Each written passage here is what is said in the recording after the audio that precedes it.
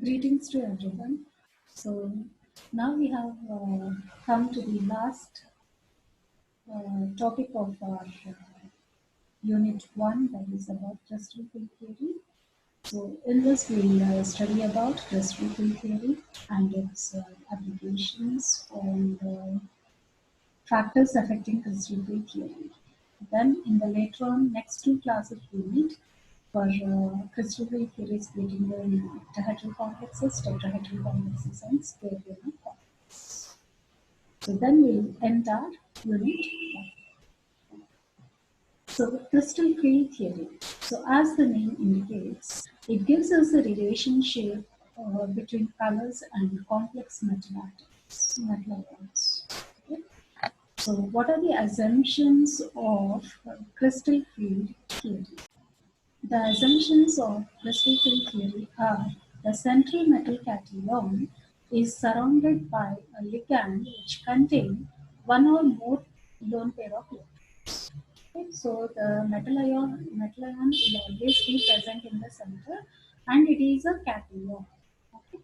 So the ionic ligands are regarded as point charges and neutral molecules as point dipoles.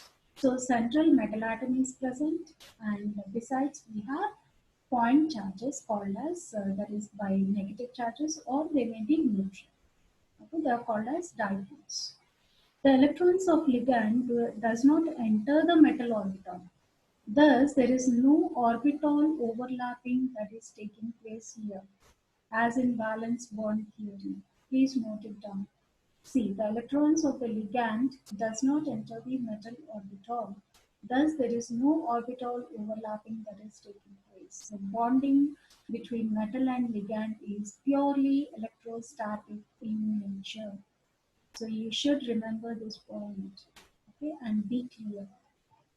Okay, so there is no orbital overlap, and the bonding between the metal and that of the ligand is purely electrostatic in nature. That is, only the electrostatic forces of attraction between the metal and that of the ligand are purely responsible for the formation of the bond.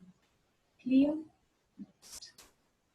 So, crystal field theory model explains the bonding for transition metal complexes. Okay, so this was originally developed to explain properties for crystalline material. So the electrostatic interaction between lone pair electrons result in coordination. Okay, so you can see here there is a metal orbital which is empty, and this is the hybrid orbital of ammonia. So ammonia orbitals get, so there is a sigma bond formation between the metal and that of the ammonia. You can see the orbitals, that is the electrons, does not move to the metallic orbital. Okay. There is a bond dipole moment. Now, the electrostatic between metal ion and the donor atom.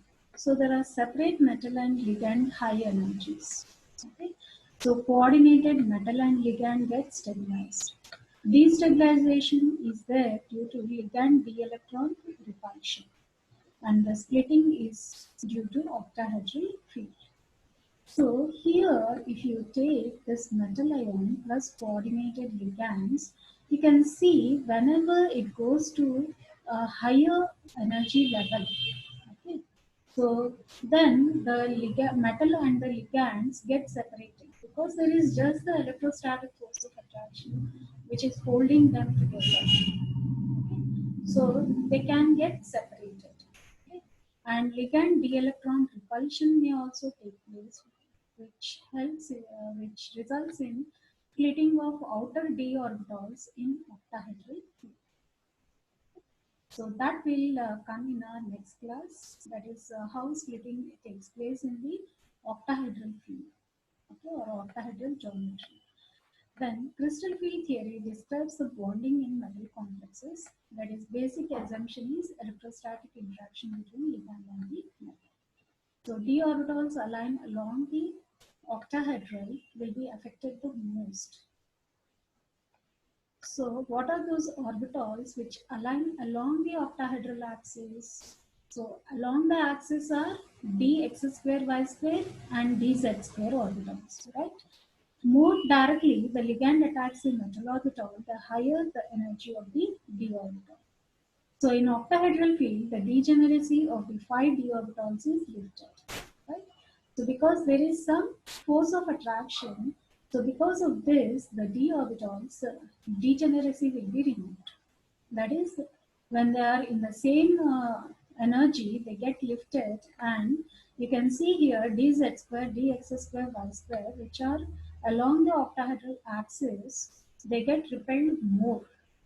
And you can see here the lobes which are present in between the axes, that is dxy, dyz, and dxz, they have lower energy than these two. So d orbitals not pointing directly at the axis are least affected by electrostatic interaction, whereas d orbitals point directly at the axis are affected most by electrostatic interaction. So you can see here the T2G orbitals and the EG orbitals. So octahedral field splitting pattern is given here. Okay, that will come to next class. So factors affecting CFSE are nature of the metal ion. So if we have same metal ion with the different charges also we can have. That is, if you take example cobalt, here it is having 3 plus and there it has 2 plus. And the octahedral CFSE is given as 18,200 for 3 plus ion, and for 2 plus ion it is 9,200.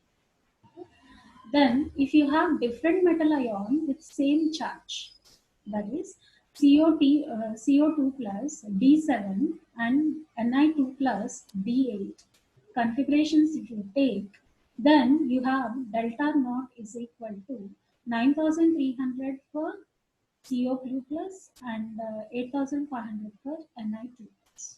Okay, so it is decreasing, right? Then different metal ion with different charge but same number of d electrons. So if you take chromium 3 plus, it is having D3 configuration. If you take V2 plus vanadium, you get D3 configuration only. But still, the CFSE is different. That is 17,400 for chromium and 12,400 for vanadium. Then you may have this also, that is different metal ion with same charge but different principal quantum number. So you have this iridium 3 plus, rhodium 3 plus, and cobalt 3 plus. So you have 3d6, 4d6, 5d6. So 3d6 is nearer to the what to say, the nucleus, so it has less delta naught. So 23,000 per centimeter, then rhodium 34,000, and then you have this 5d 41,000. Okay. The nature of ligand.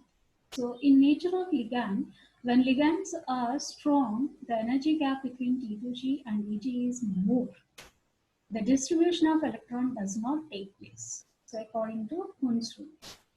So these are low spin complexes. Okay.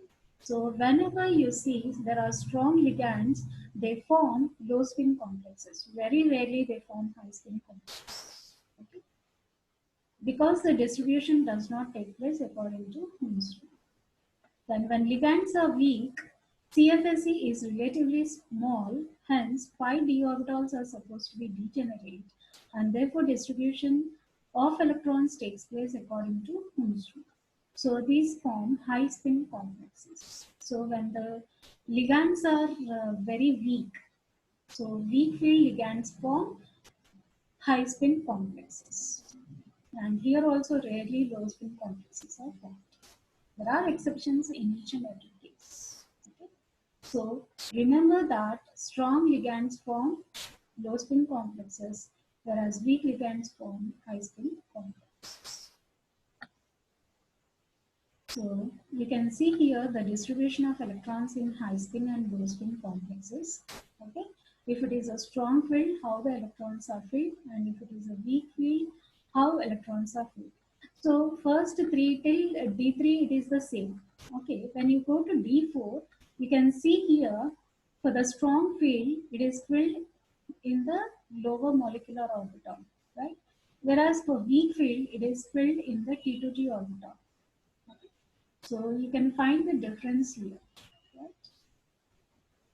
So like these, the orbitals are filled, T2G and EG orbitals of the strong field and then of the weak field ligands. So remember this point.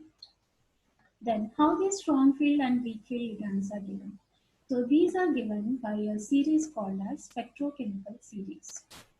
So when common ligands are arranged in the order of their increasing splitting power, then that series is called as spectrochemical series. So you can see here examples, that is Cn minus CO, NO2 minus En ammonia are strong field ligands, whereas I minus, Br minus, SCN minus, Cl minus, F minus, that is all the um, these are the weak field ligands. Okay? And in between you have water and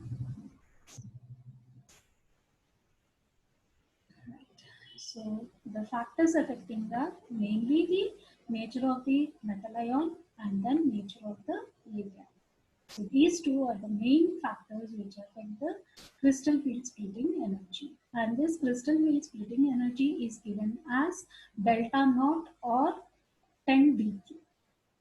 Okay. So this is about the crystal field theory and the factors affecting crystal field theory.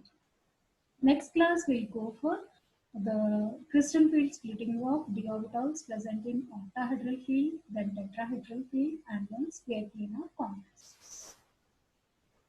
Thank you.